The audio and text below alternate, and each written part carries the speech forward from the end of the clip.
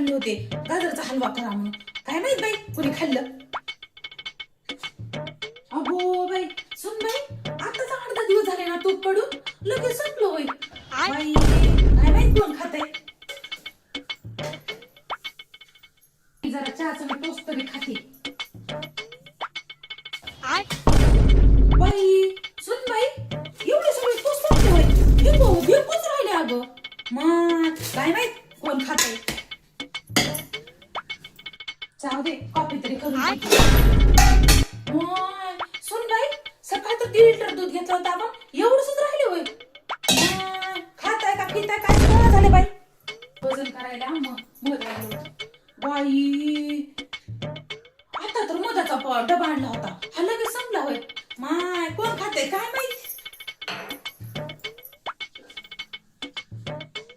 बाई सुन बाई आता तर आपण काजू बदाम किराणामध्ये भरलं होतं ना थोडं वेळ लागेल 2-4 राहिले. बाई कोण खाते काय माहित. आता तर 3 पाकिट आणले होते ना तेलाचे एवढंच राहिले होय. मग कोण एवढं तळून मळून खाते काय माहित. सुन बाई तिथं ऍपल आणलं होतं ना हा पप्पा आणला होता ना सकाळी ते कोण खाल्ले. मग एका बी नाही तिथं काय माहित कोण खाल्ले.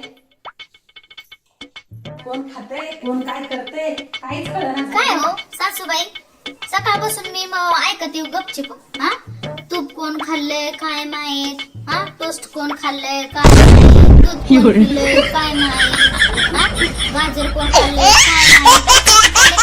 हे कोण खाल्ले काय माहित. हा बरं ऍक्शन करायला शिकल्या तेवढं एक मात्र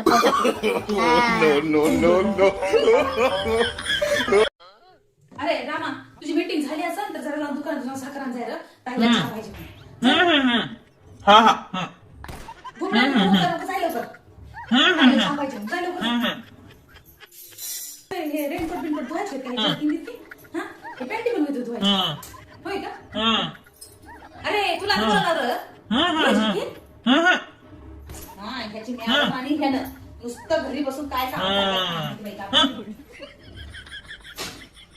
वांग्याची भाजी करू काय नको भेंडीची करू काय नको वांग करतो वांग करतो नको कोबी करतो मग हा पैस बोलत आहे बघा कोणाचं मरत काटल्याचीच भाजी करतो. अरे आमची आई तर ना किती वेळ झाला बोंबला येईना झालाय डोक्यानं आणून देते मग थांब जरा. बरं ठीक आहे.